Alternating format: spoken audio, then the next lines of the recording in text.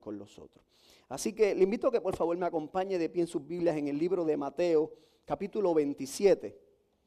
Mateo, capítulo 27.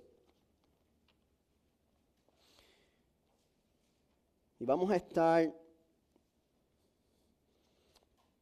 leyendo desde el versículo 32, ¿verdad? Para aquellos que tienen Reina Valera, desde el 32, en la Nueva Biblia de las Américas comienza en el 33, pero voy a leer desde el 32.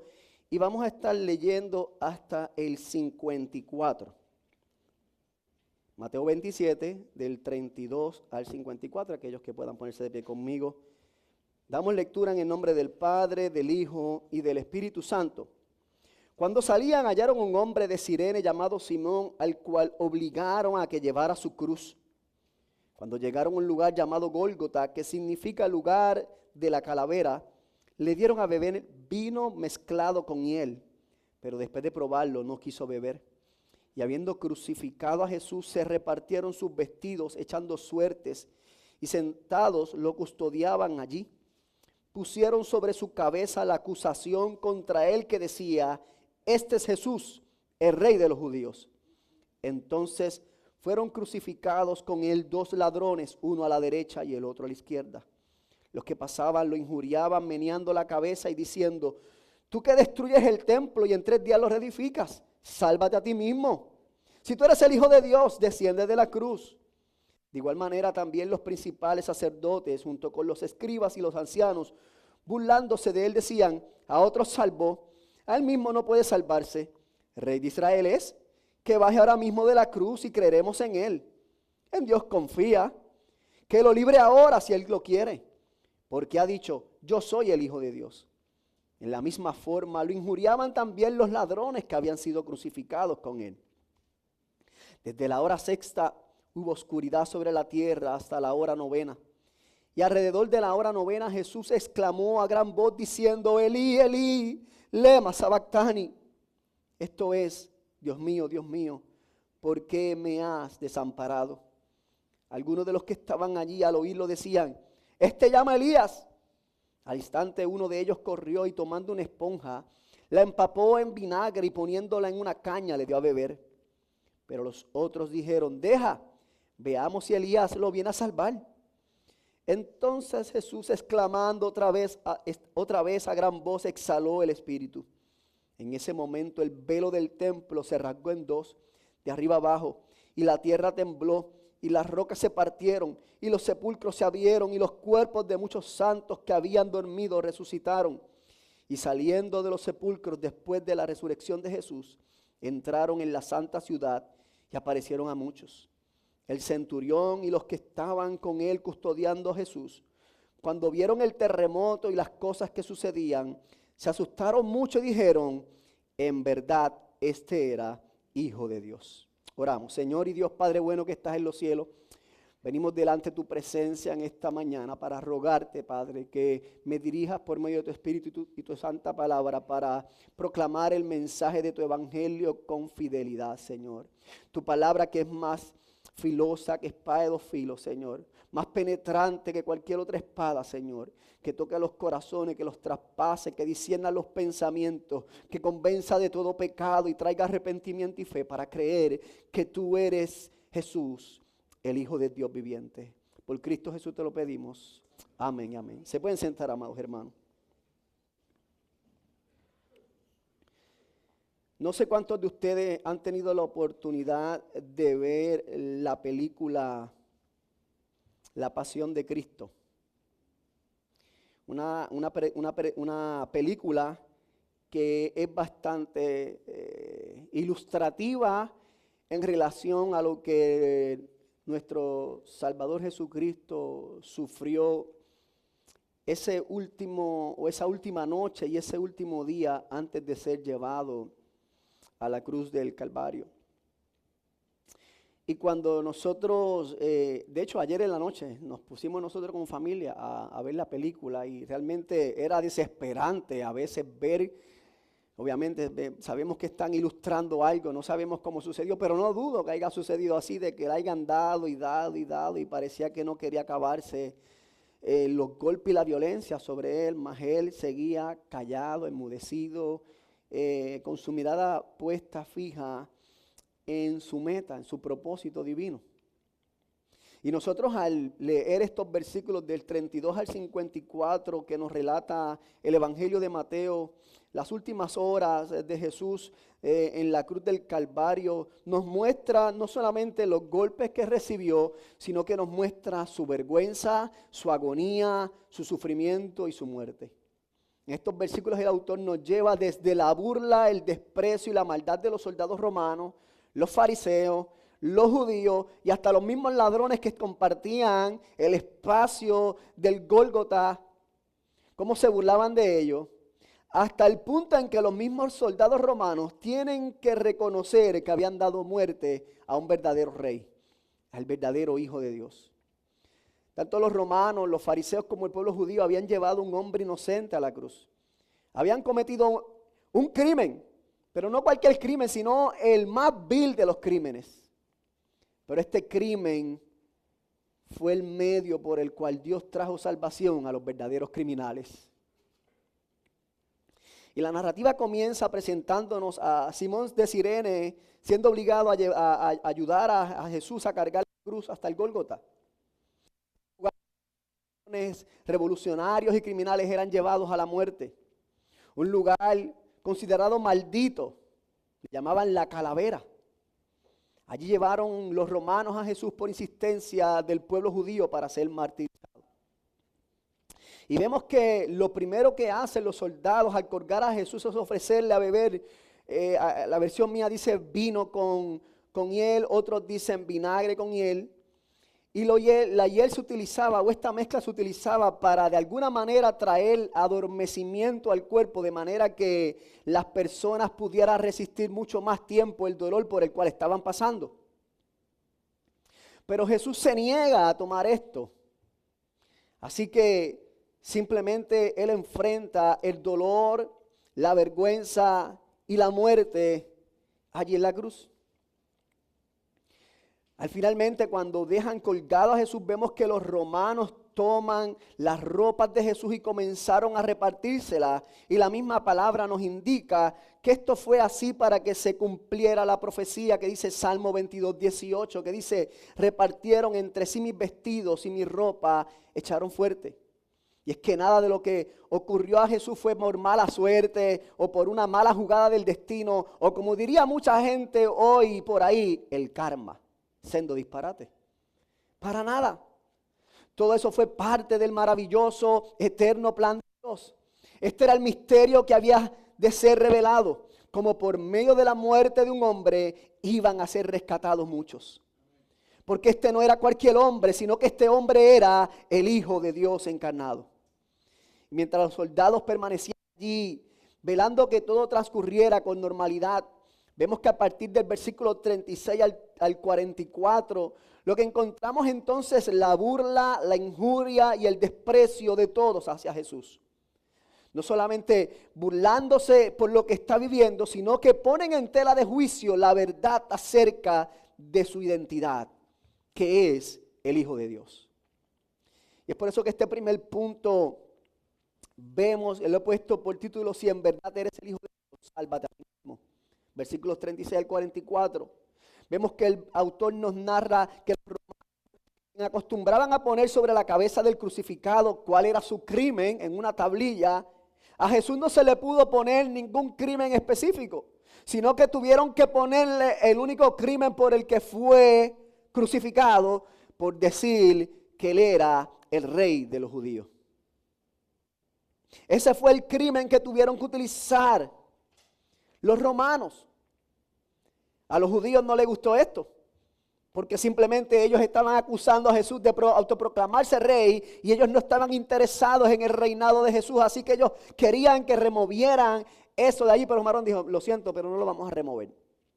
Así que aquella verdad quedó proclamada y quedó testificada al frente de toda aquella gente que todavía nosotros podemos dar por testimonio de que Jesús es el rey.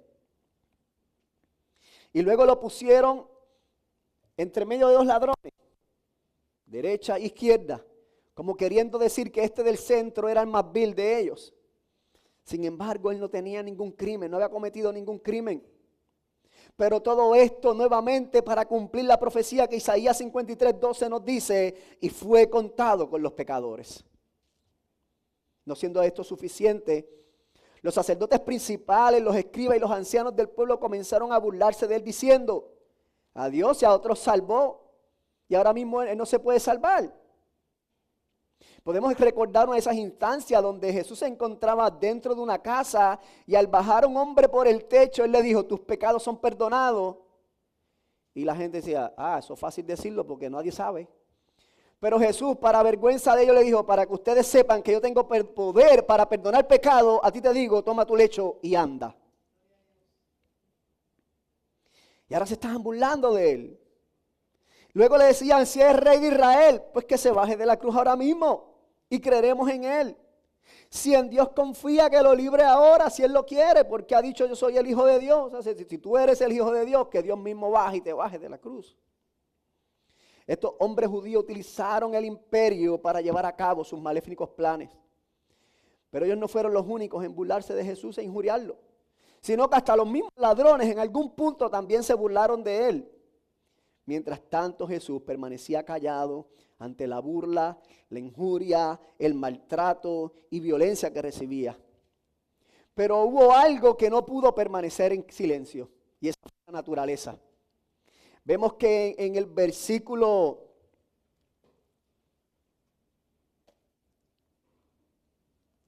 45 dice, desde la hora sexta hubo oscuridad sobre toda la tierra hasta la hora novena. Cuando todo el mundo estaban abuchando a Jesús, se escuchó el clamor de la naturaleza. Versículos 45 al 50, donde vemos un clamor de la naturaleza y el grito del rey. Mateo nos da una descripción de lo que comenzó a suceder allí. Esa oscuridad que se hizo allí presente es una contraparte de lo que sucedió en el nacimiento de Jesucristo. Porque cuando Jesús estaba naciendo había una estrella brillando en el oriente que alumbró no solamente a los pastores sino a los sabios. Hubieron ángeles que cantaban paz en la tierra para los hombres. Mientras tanto, en el momento de la muerte de Jesús no podía haber luz sino oscuridad. Porque la luz del mundo estaba siendo quitada de en medio de ella. Luego en el versículo 46 se describe el clamor de Jesús. Un clamor que dice, Elí, Elí. Que esto es, Dios mío, porque han matado. Y es que en medio de aquel quebranto físico y emocional que se introduciría el dolor de los dolores que experimentaría Jesús. Esa separación momentánea entre su Padre Celestial y Él. Aquella comunión que siempre había existido por una eternidad sería momentáneamente interrumpida cuando Jesús llevara sobre su propio cuerpo el pecado tuyo y mío. El justo y santo Dios descargaría su justa ira sobre su Hijo a fin de poder satisfacer su santidad y justicia. Y es que en aquel momento que es bendito y es bendito por siempre, se hizo maldito para salvar a los pecadores, según nos dice Gálatas 3:13.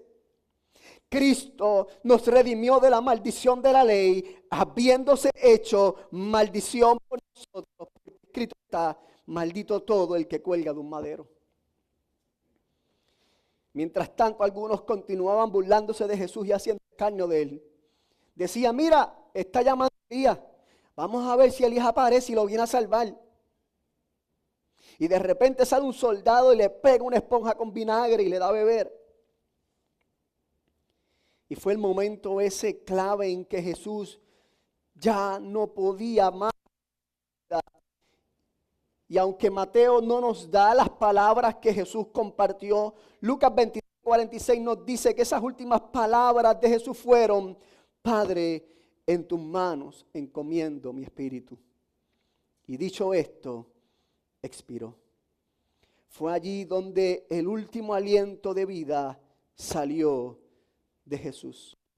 Y mientras él perdía su vida, estaba dando vida a aquellos que estaban muertos. Mientras el dador de la vida perdía la vida, otros que estaban muertos estaban recibiendo vida. Es por eso que en los versículos 51 al 54, los soldados finalmente tienen que reconocer que este era verdadero de Dios y Rey. Dice en el versículo 51, en ese momento el velo del templo se rasgó en dos, de arriba abajo. Dice que la tierra tembló y las rocas se partieron y los sepulcros se abrieron y los cuerpos de muchos santos que habían dormido resucitaron.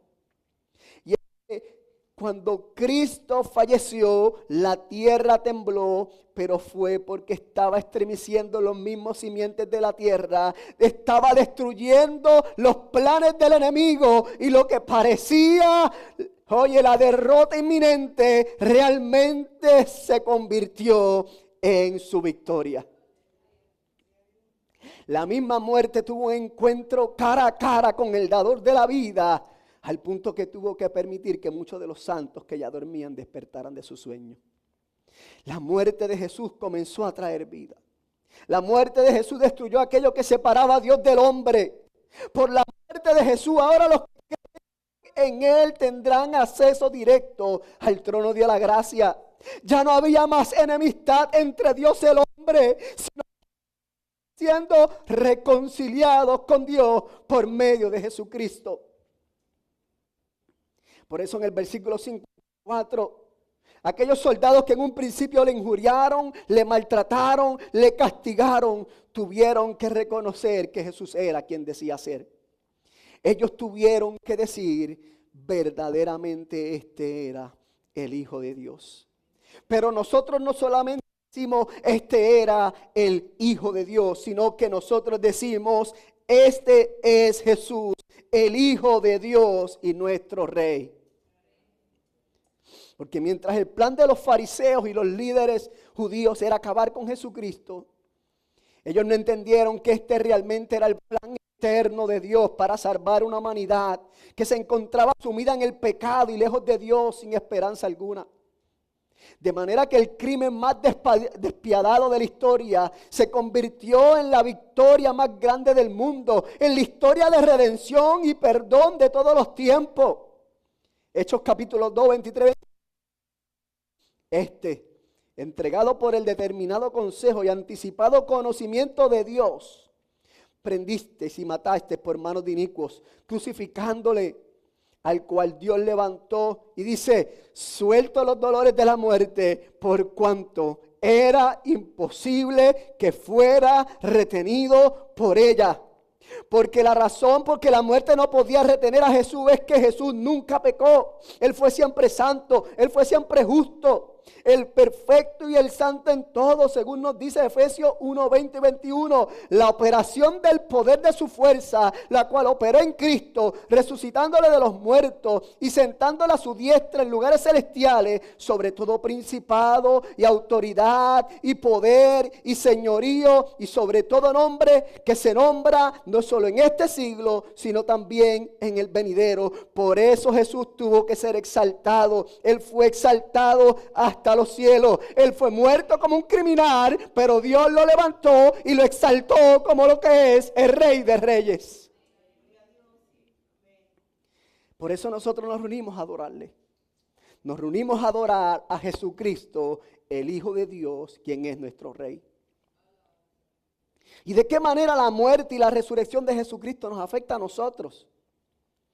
Primeramente, Jesús sufrió el cruel dolor para que su sufrimiento destruyera el dolor y quebranto que nos correspondía a nosotros. Jesús sufrió la vergüenza de la desnudez para que nosotros fuéramos vestidos de ropas nuevas de santidad. Jesús fue despojado de toda su gloria momentáneamente para que tú y yo pudiéramos disfrutar de una eternidad con Él en el cielo. Ciertamente los que crucificaron a Jesús eran culpables de matar a Jesús. Mas sin embargo, Él pudo haberse salvado a sí mismo, pero prefirió no salvarse a sí mismo para que pecadores como tú y como yo pudiéramos obtener salvación. Porque todos somos culpables de la muerte de Jesús.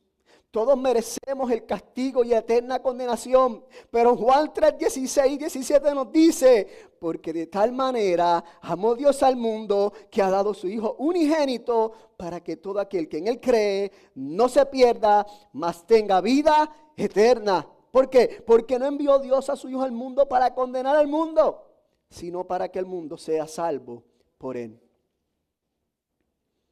Entonces hay unas preguntas que tenemos que hacer en esta mañana, hermanos.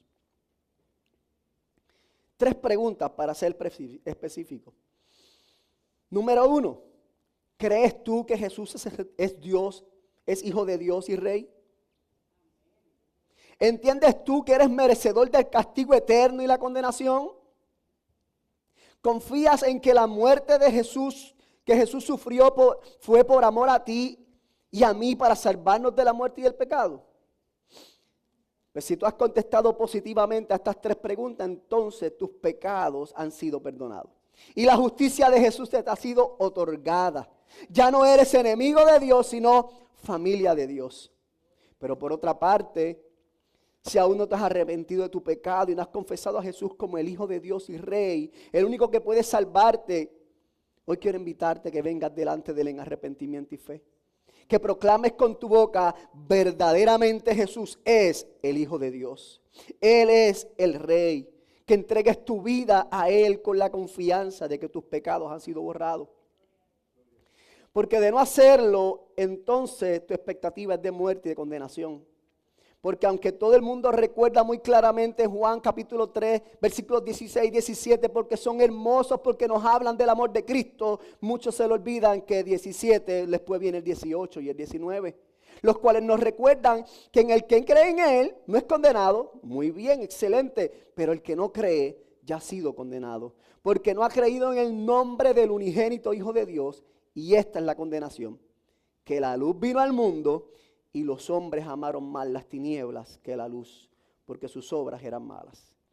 Y esto no se trata de hacer buenas obras, porque la realidad es que nuestros corazones son perversos y nos llevan de continuo hacia el mar. Lo que esto nos invita es a confiar plenamente en lo que Jesucristo hizo, el único perfecto, justo y santo por aquellos que merecían el castigo eterno. De eso se trata el Evangelio. Las buenas nuevas de salvación son que aquel que no merecía el castigo, recibió el castigo por aquellos que sí lo merecían. Y que lo único que tenemos que hacer es confesarlo, arrepentirlo, creer en Él y vivir para su gloria. Ahora, para nosotros los creyentes, esta narrativa es un gran recordatorio de su amor inagotable por nosotros. El Viernes Santo debe ser un recordatorio de su amor inagotable por nosotros. ¿Cuántas veces nosotros ponemos en duda el amor de Dios por nosotros cuando nos vemos en situaciones difíciles y no pensamos que realmente lo más difícil ya fue hecho? También esto es un recordatorio para nosotros de quién es nuestro Rey. Cuando nosotros queremos tomar nuestras propias decisiones y no queremos someternos a la voluntad de nuestro Rey. El mismo Jesús la noche antes de ser crucificado: Padre, si es posible que pase esta copa, pero que no se haga mi voluntad sino la tuya. El Hijo de Dios rindió su voluntad al Padre Celestial y nosotros muchas veces no queremos rendir nuestras voluntades al Rey que vive por siempre. Tercero, esto también es un llamado a servir de corazón a Jesucristo, aquel que se entregó por nosotros para salvarnos. Es una vida de gratitud hacia aquel que nos salvó, que nos rescató. No debe haber en nosotros este único deseo de que me supliquen de hacer algo para Dios. No, debe ser un deseo que nazca todos los días. Yo quiero vivir para Dios dentro y fuera de la iglesia, donde quiera que estoy. Yo quiero servirle, yo quiero proclamarle, yo quiero glorificarle y quiero hacerlo hasta que Él venga. Y por último, esto es un llamado a vivir a la expectativa de su gran regreso. Nosotros sabemos que Cristo o su palabra prometió que vendría un Mesías. Y ese Mesías vino. La palabra dijo que este Mesías sufriría y moriría. Y murió. También dijo que este resucitaría y resucitó. Dijo que ascendería y ascendió. Y también dijo que volvería y estamos esperándolo. Vivamos a la expectativa de su gran regreso y del establecimiento completo de su reino. Recordemos que nuestra vida no puede estar cimentada en este mundo, sino en el siglo venidero. Nuestra esperanza no está en lo que nosotros podamos obtener aquí en el ahora, sino en lo que Cristo ya ha preparado para nosotros en las moradas celestiales. Si usted ha entendido esto, entonces hoy Viernes Santo es una invitación a celebrar lo que hizo el Rey de Reyes por criminales como tú y como yo. Es una invitación a recordar, a adorar y a vivir aquel que es el Hijo de Dios, que vive y reina por siempre. Así que ahí senta donde está, hermanos. Yo le invito a que se tome un minuto y reflexione en esta corta palabra, pero que estoy seguro que ha sido muy profunda. Piense no solamente en lo que Cristo sufrió, porque a veces pensamos solamente en lo que Cristo sufrió en cuerpo, porque somos humanos y cuando nos golpean nos duele y no queremos sufrir. Pero piense en lo que a Cristo le costó tu salvación. Y cómo nosotros podemos vivir para aquel que es el Rey de Reyes. Señor y Padre bueno que estás en los cielos, vengo delante de tu presencia en esta mañana para darte gracias primeramente por tu salvación. Gracias, Jesús, porque siendo Dios te encarnaste para vivir una vida que yo no podía vivir y sufrir la muerte que yo merecía sufrir, Señor, con tal de salvarme a mí, Señor Padre. Yo te ruego que tu palabra, que es poderosa, toque los corazones, Señor. Y si hay alguien aquí en medio vuestro que todavía no ha entregado su vida a ti hoy, pueda reconocerte como el Hijo de Dios, como el Rey de su vida, como el Salvador, como aquel que viene a reinar y reina por siempre. Señor, ayúdanos como iglesia a recordar estas verdades, Señor, a vivir conforme a ellas, Dios mío. Que tu palabra nos anime, Señor, a vivir conforme a como tú mereces que vivamos, Señor. No porque estamos buscando ganar una salvación, porque ya tú la ganaste para nosotros, sino porque queremos agradarte, queremos adorarte, queremos reconocerte, queremos servirte, queremos darte toda gloria. Gracias, Señor Jesús, en tu nombre orado. Amén.